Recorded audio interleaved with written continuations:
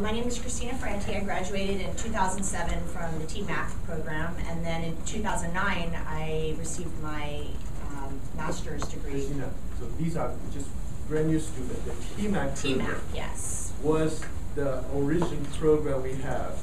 Now we grow into two, the CSIT and the CD.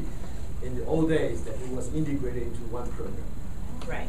So you're kind of more a jack of all trades with that degree. You have to learn a little bit of everything. And as someone who really enjoyed the design aspect, I hated programming.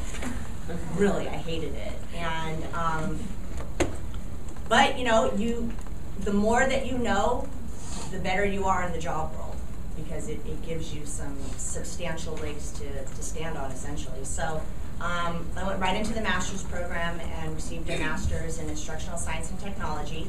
And while I was getting my bachelor's, I was working for the City of Pacific Grove. I was doing their website for the recreation department. The police department was my capstone. And you know, a lot of my friends were like, I'm just going to wait till I get the piece of paper that says I have a degree and then I'll get a job. And I was just like, that is not the way to go. You have to get your foot in the door somehow, and people have to see your work. Whether you go in and you go to a restaurant and say, hey, I noticed you don't have a website. How about we do an exchange of services? You give me some food, I'll give you a website.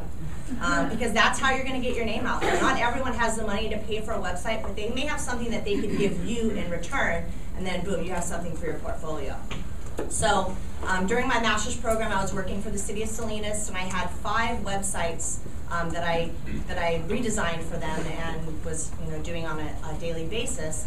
And within about a week after I got my master's, I was at a graduation party for my cousin, and someone overheard that I had just gotten a degree in instructional design, and he happened to be the head of IT for Naval Postgraduate School.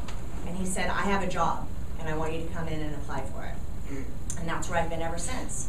As an instructional designer, you're trying to use technology to help others teach.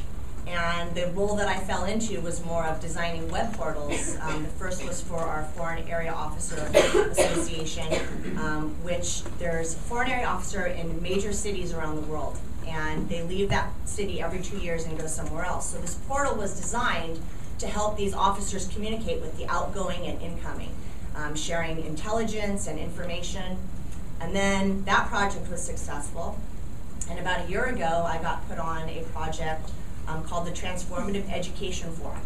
There are people from all over the world who come together to try and transform education for countries that are, third world, where women and girls are oppressed and not allowed to learn. And we just had a conference this past 3 days where I got to meet people from 15 different countries in the first 10 minutes of the meeting. It was the best thing in my life I had ever been a part of. And I can honestly say, if I wouldn't have gotten my instructional science degree, I wouldn't have gotten this job. I wouldn't have gotten to meet the people that I met. And now I have 40 new people from all over the world that I can network with like that. So, the number one thing that I can give you to take away from here is take any job that you possibly can on the side to improve your resume and network with anyone possible. Because there's someone out there who wants you, who will give you a job if you show them that you're good enough.